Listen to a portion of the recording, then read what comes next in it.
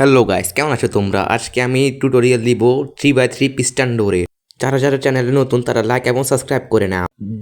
প্রথমে আমাদের পিস্টনকে এভাবে রাখতে হবে 3x3 স্টেপ। এরপর 3টা রিপিটার রাখতে হবে।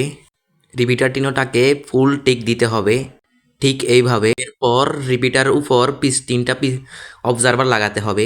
রিপিটারের পিছনে 3টা ডিসপেন্সার রাখতে হবে। ডিসপেন্সার উপরও 3টা অবজারভার রাখতে হবে।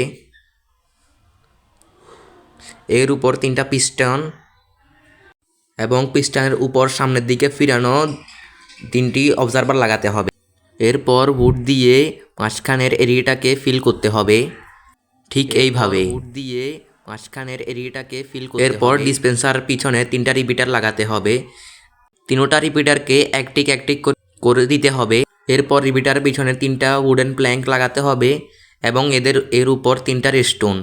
উপর একটি ব্লক লাগাতে হবে, একটি রেস্টোন টর্চ, এর উপরে একটি রেস্টোন ডাস্ট।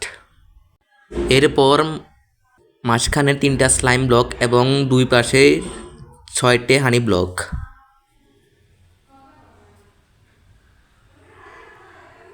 এ হচ্ছে ফাইনাল রেজাল্ট।